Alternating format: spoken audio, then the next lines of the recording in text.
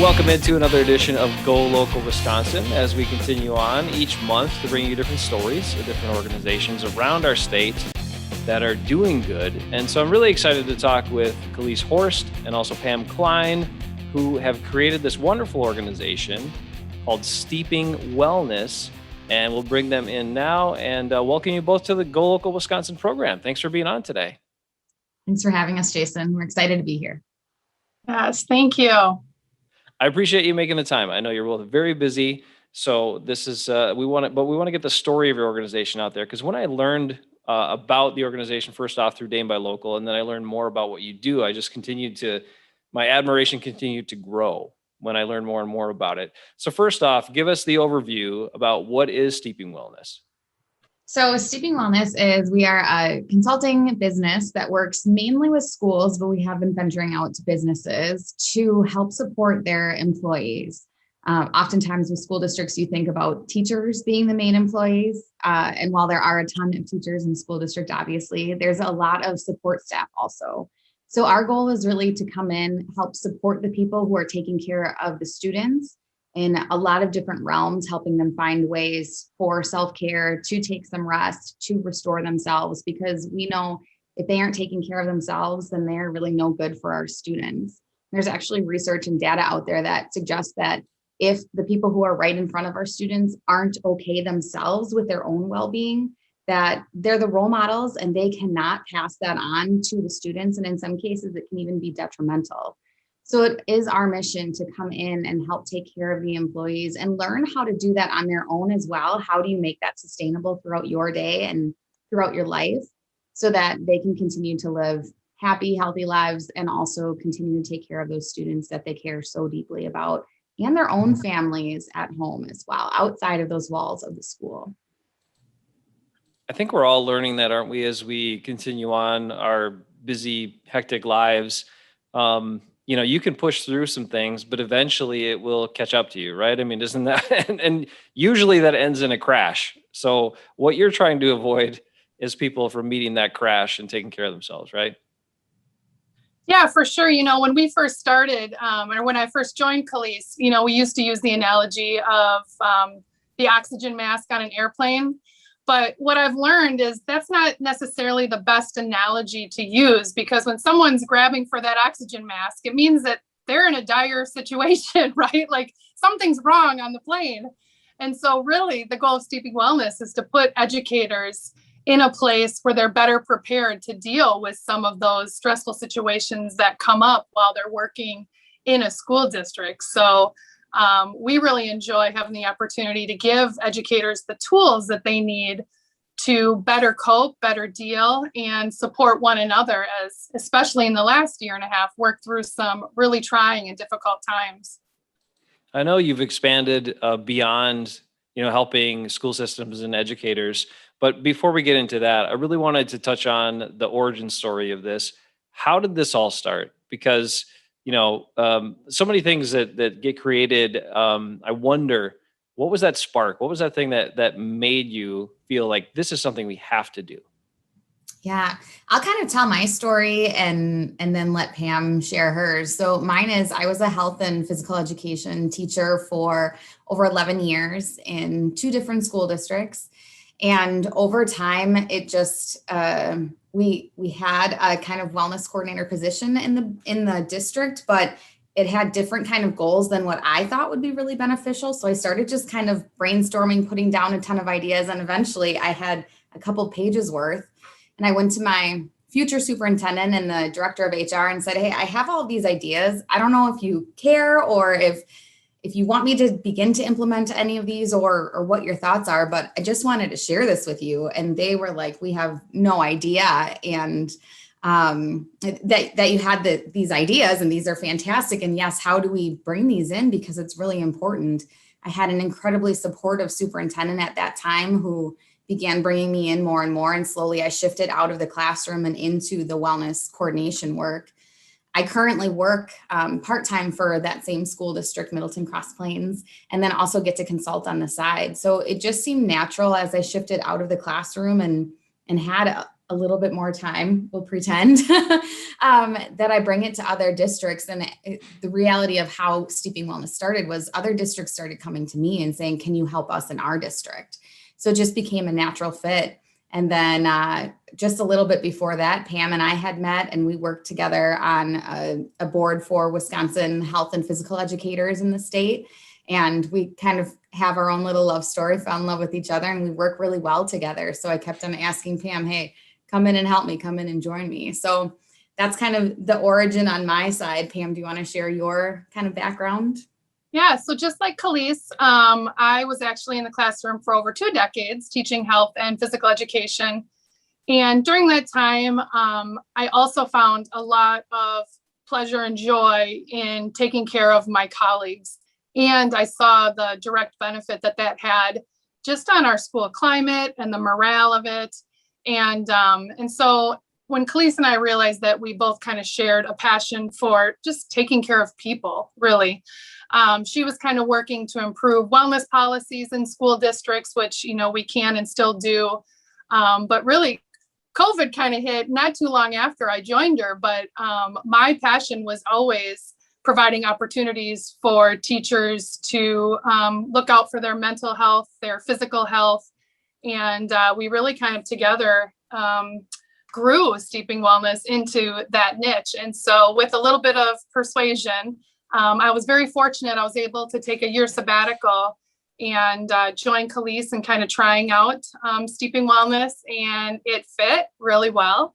And so I've just enjoyed teaming up with her, and we both kind of have our own area of expertise in terms of health and wellness and mindfulness and yoga and all of that. So it's really been fun just to kind of take that passion that I originally had all those years as an educator and now bring it to other teachers at a time where it's more important than ever.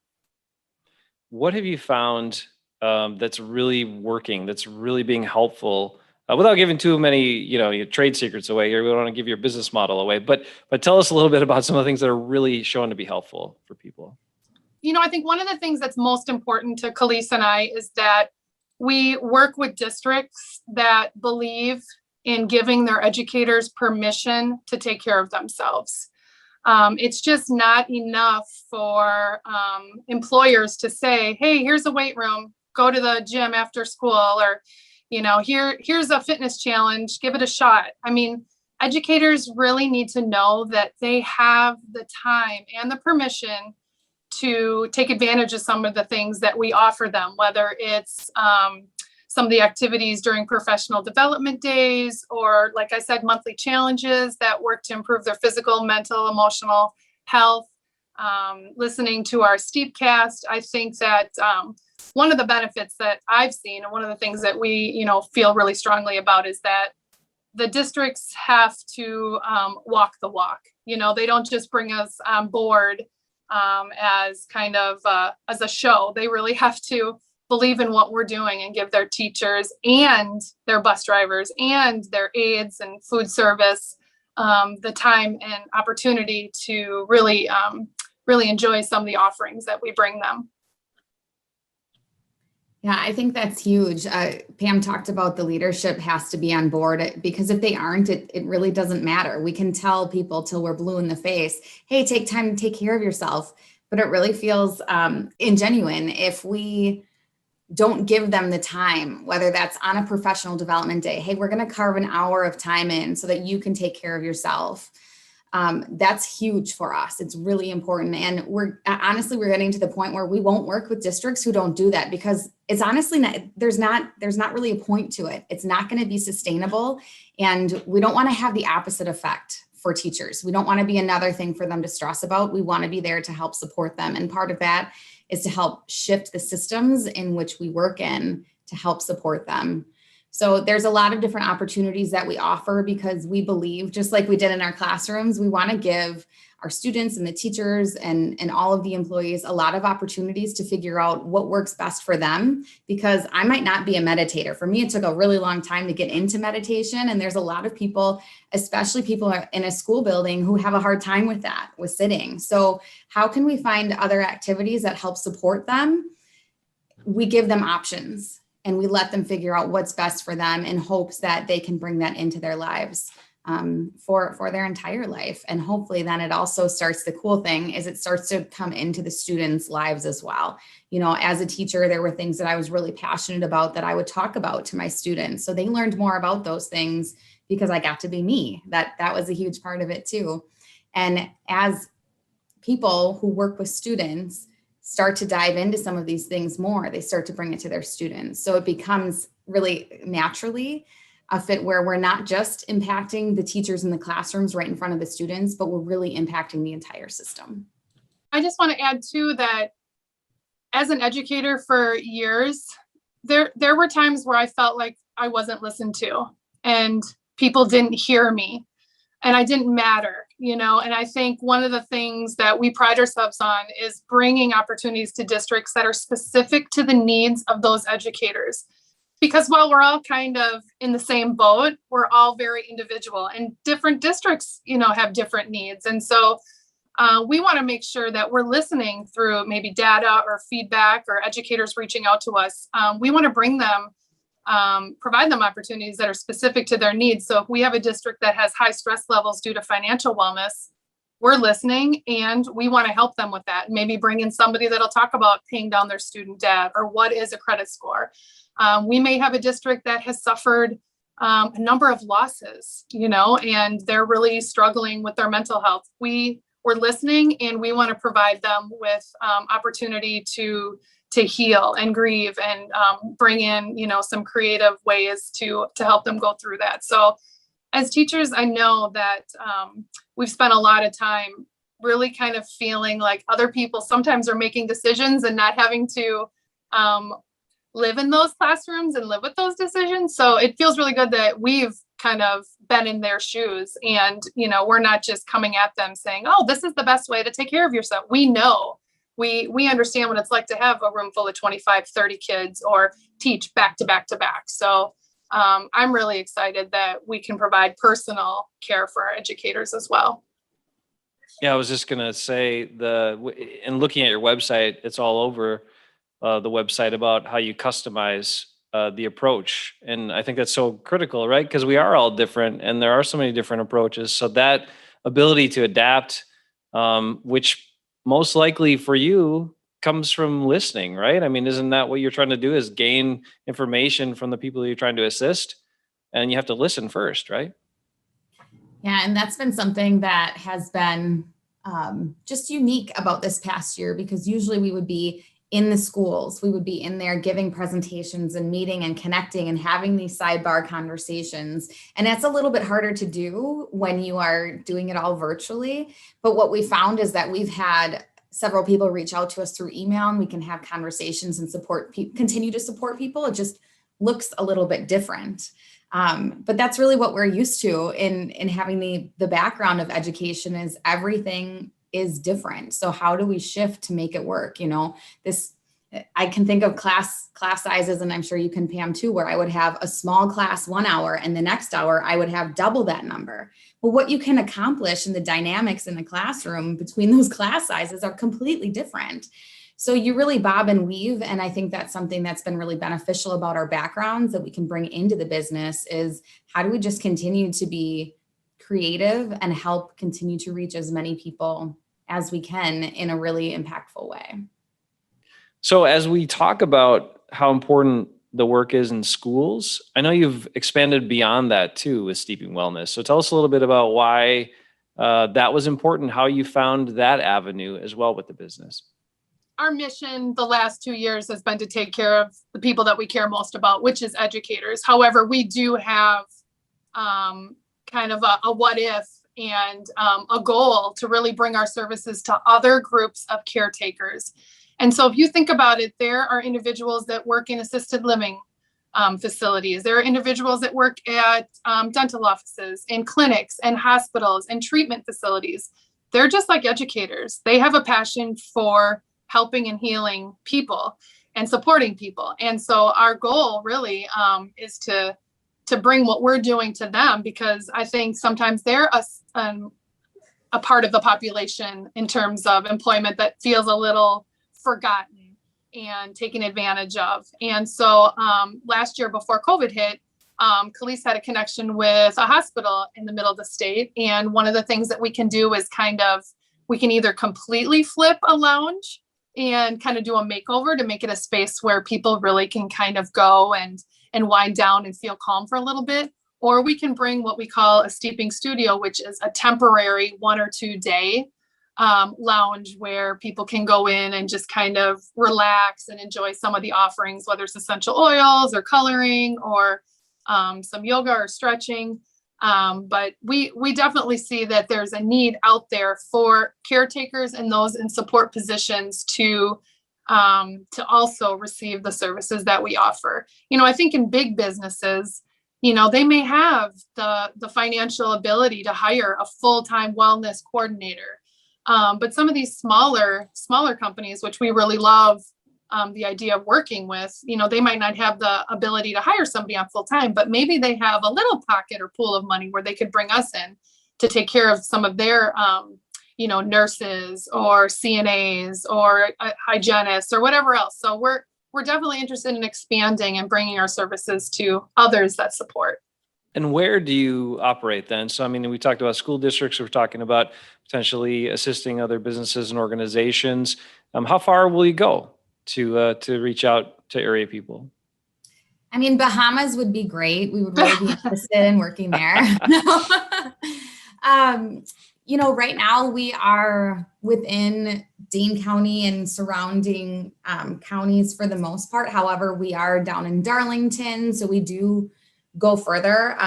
With this past year, with all of the virtual, we can really reach anyone anywhere, which is an awesome thing that we were able to discover, and how do we make that happen. And we also just want to be really careful that the amount of people that in districts that we're working with is sustainable. We don't ever want to sacrifice our quality of services that we provide over the quantity. So lower half of the state, however, we do have future plans of expanding bigger. So currently it's closer to Dane County, and in the future we'll be bigger than that, Jason. That's good to hear. I think the need's there for a lot of people and a lot of organizations. What have you learned about the benefits for businesses, for organizations with their employee wellness? Because I think a lot of people, think about that. And obviously we talk about trying to take care of ourselves, like you said. Most of us have to kind of do that on our own time. What do you think that means to employees when their business or their company takes some of their time and resources to help them with that? One of the things that I think is really important to bring up right now is that the services we provide are special and they're personalized. And I think, businesses that are able to have quality, healthcare programming or wellness coordinators doesn't always feel personal all the time, right? Like even when I was an educator, we had a wellness program through our insurance provider, and it was you go in there for 15 minutes, they prick your finger, they weigh you, they measure your abs or your stomach, whatever, abs I had none. And, and then you put it into some computer program and it spits out, how healthy or not healthy it thinks you are.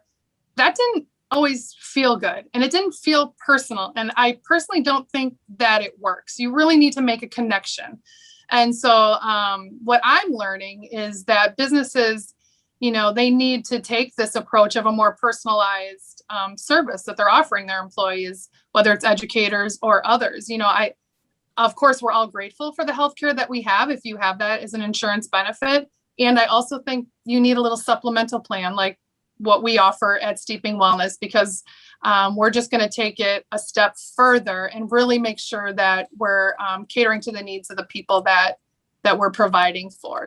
We keep track, we're reaching out, we're making, connections and friendships with these educators and districts. And I have to be honest, I'm not necessarily sure if that's happening, and it just can't with some of the big healthcare providers and the people that they service. I think the other thing is, even though our company is based around wellness, people tend to think wellness is, okay, I need to eat healthy, I need to exercise. And now hopefully they're thinking about mental health too. But there's so many more dimensions of wellness, like social well-being, for example.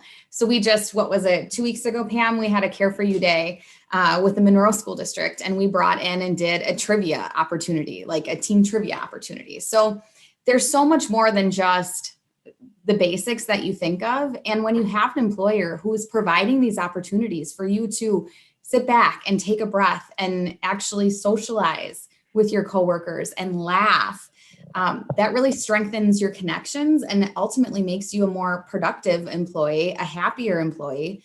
We're going to retain you more, which means that it's going to cost our company, whether it's your company or your school district, and therefore the taxpayers, less money by keeping you and by retaining those good quality employees.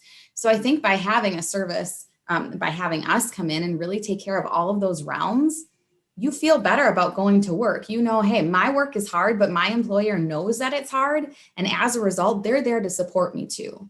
You know, there's a big difference between you going into your boss and saying, hey, I'm really having a hard time, and them coming in and saying, okay, you need to take a break. I'll take over your class, or I'll take over, you know, you can have a break. And we've got this, you take care of yourself, and you going to your boss or not even feeling comfortable enough to go to your boss and saying, I have a hard time. And they say, too bad, suck it up. There's a big difference. And with what we do, I think we're way more on that side of, I hear that this is tough. This is hard. I'm going to empathize with you and tell you that I feel it too. I'm having a hard time. So all together, we're going to go and we're going to participate in some of these opportunities, and we're going to take breaks. And instead of you just coming into my office and us having a meeting, we're going to stand up and we're going to have a walking meeting, because we know that getting outside and getting our bodies moving is going to help us feel better mentally, physically, all of those things. So when we work with any business or a district and start to show them how these can work, it really starts to shift that whole culture and climate. And who doesn't want to work in a place that cares about me as a person, as a human, and not just, again, me inside these walls, but my life outside of these walls too, my work-life balance. So I think that's a lot of what we can provide and what quality wellness programs can provide for employees. Well, and I look at education right now. I mean, every day you could find an article that's being printed about the teacher shortage and sub shortage and the lack of students that are even entering the profession of being an educator. And I can say wholeheartedly that if I was back out looking for a district to work for, I would choose a district that offered services like Steeping Wellness brings, because teachers have a choice now. You know, when I started teaching, you applied for a job and there was 150 other applicants. The last few years when I was teaching, there was like 2 or 3 for some, you know, positions or openings. And so teachers can pick and choose where they want to work. And I, like Kalise said, I really believe in the recruitment and retainment of educators is going to be more important over the next few years, especially in public education. It's going to be more important than ever. And so just having a district that you're looking at, and like Kalise said, knowing that they don't just talk about taking care of themselves. They're like, look, we have these days set up, and we have a podcast that this company provides, and we have, you know, newsletters and challenges and, you know, fun climate trivia activities. So I just think, you know, us helping districts become destination districts is a pretty cool thing as well. I think it's wonderful. And I think talking about the way you approach things, it sounds also like you're very adaptable to, say, the time frame of a service. Because a lot of people might wonder if they're looking to invest in this. Okay, well, how much time is this going to take? But it seems like you adapt to what they need, right? Based on providing a program that's longer or shorter or whatever they're looking for. Yeah, we've put programs together for districts and started rolling within a week in the past. And yeah, so we're definitely there to do what the district needs. And like I've said before, it's really quality over quantity. To your point, we want to change things up, because we don't want this just to be another newsletter that's hitting their inbox. And so as a result, we were like, hey, teachers have commute times. So we turned our newsletter into kind of a podcast where they can listen to it on their way to and from work. So that's what I love so much about working with Kalise and Allie, is that, you know, nothing is set in stone. We can change on a dime, and our our hearts and our best efforts are always to make what we do and bring to the teachers and educators. We want to do it in such a way that they like it and they enjoy it and they're using it. So just like the whole transition of our newsletter, kind of having the additional offering of it being audio, is kind of an example to what you're talking about, us just being flexible and being able to change things to meet the needs. You've also created opportunities for individuals, right? So maybe they're looking for assistance and their employer isn't on board. You still have services for them too. Tell us more about that. So we usually pick up that side of it picks up more during the summer, where we help, especially last summer, we had individuals hop on, we had self-care communities, we had individuals from all around the nation, which was fantastic. We had a teacher on a reservation in Montana who hopped on. We had people one was in Dallas, Texas, and it was really fun to create this community where we could all come together.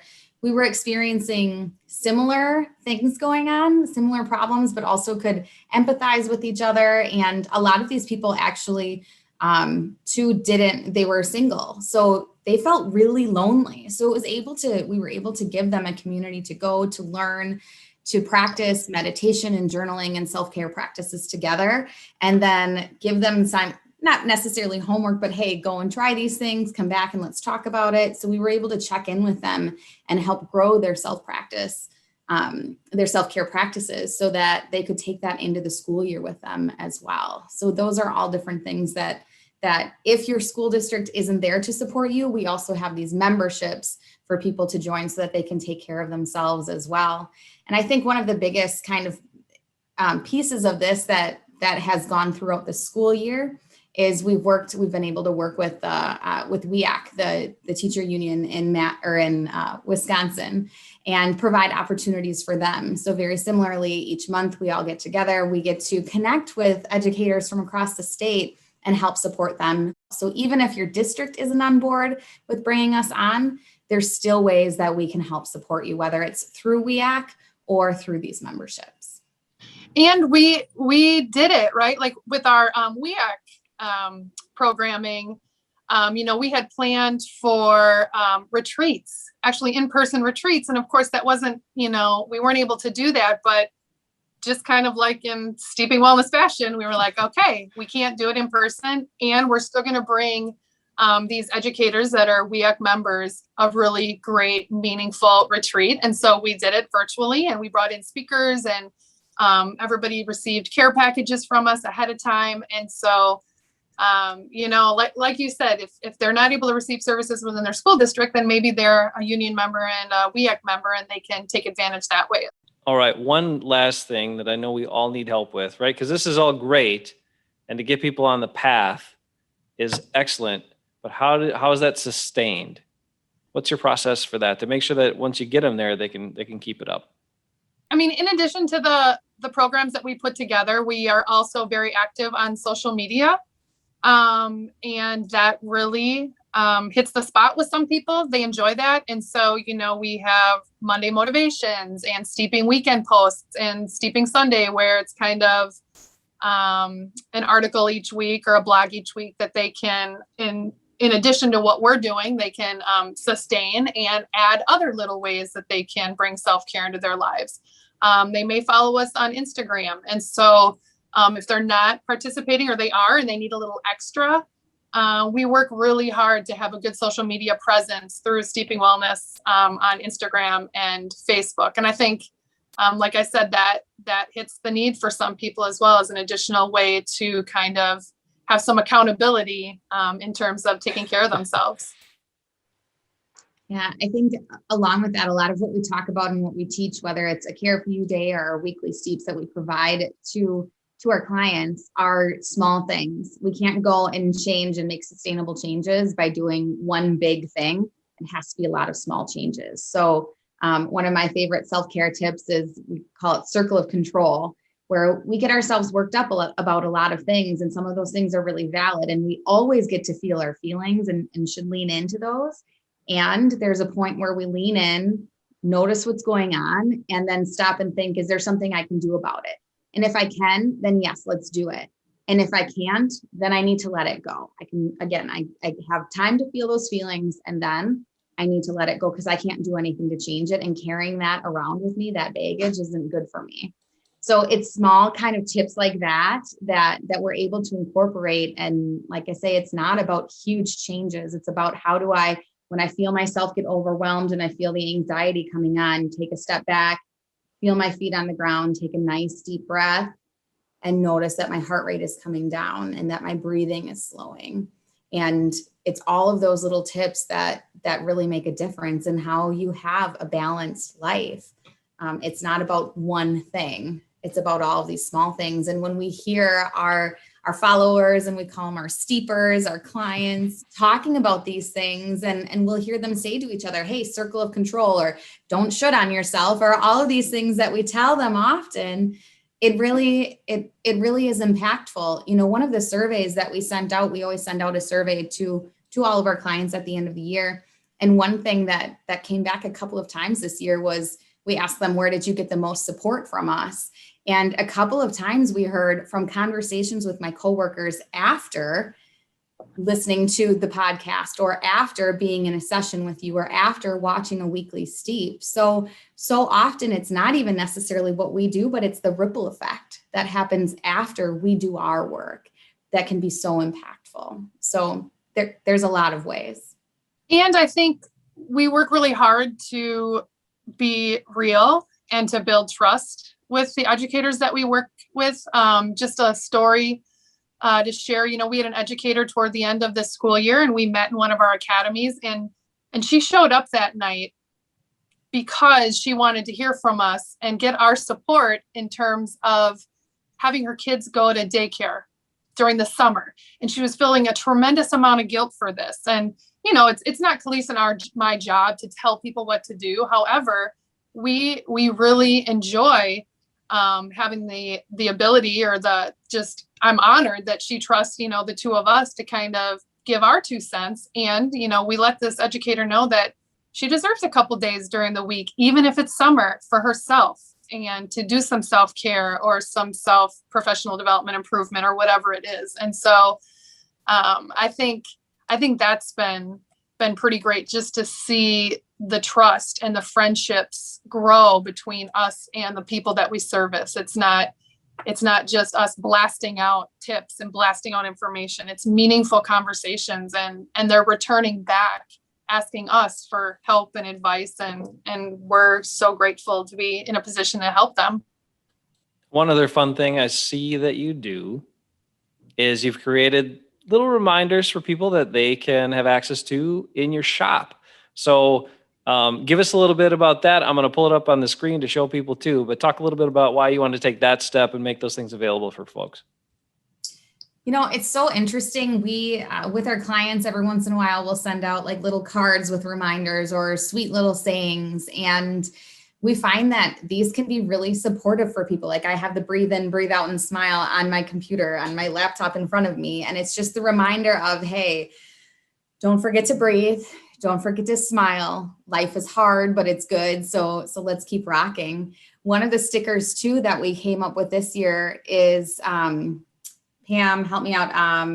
Your legacy as an educator is not defined by teaching during a pandemic. And Kalise and I, we share a brain, because I'm so glad you're sharing this story. You know, it doesn't take much for a teacher to feel valued and appreciated. And some of the gifts that we send them, and, you know, little, like we said, mugs or stickers or cups of, you know, tea that they can make with little sayings. And it's like, I was thinking back to our survey, and one woman said, like, she looks at that every day. She was filled with self-doubt about what she was delivering to her students this year. And she was like, every day I read, my legacy as an educator is not defined by teaching during a pandemic. And so the items that they can buy, you know, on our store or in the store, they're kind of just helpful little reminders that they can see, whether it's their water cup that they're carrying around for the day, or, you know, or their hot tea that they're carrying around. But I really believe that you can never see or be told too much positive.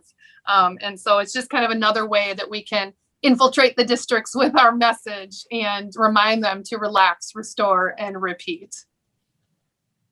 It's a great message. And I really appreciate getting the opportunity to learn more about what you guys do, about yourselves as individuals, and the passion behind it. Thanks so much for telling everybody here today about that. And we'll get this episode of Go Local Wisconsin out soon. Incredible. Bravo. Keep up the great work. You are both amazing. Thank you for your time. Thanks for all the greatness you do for our teachers, educators, the entire systems, and people in the community. Thank you. All right. That's another edition of Go Local Wisconsin. Get out in your community. Do some good. Check out Stevie Wellness, steviewellness.com. We'll be back next month.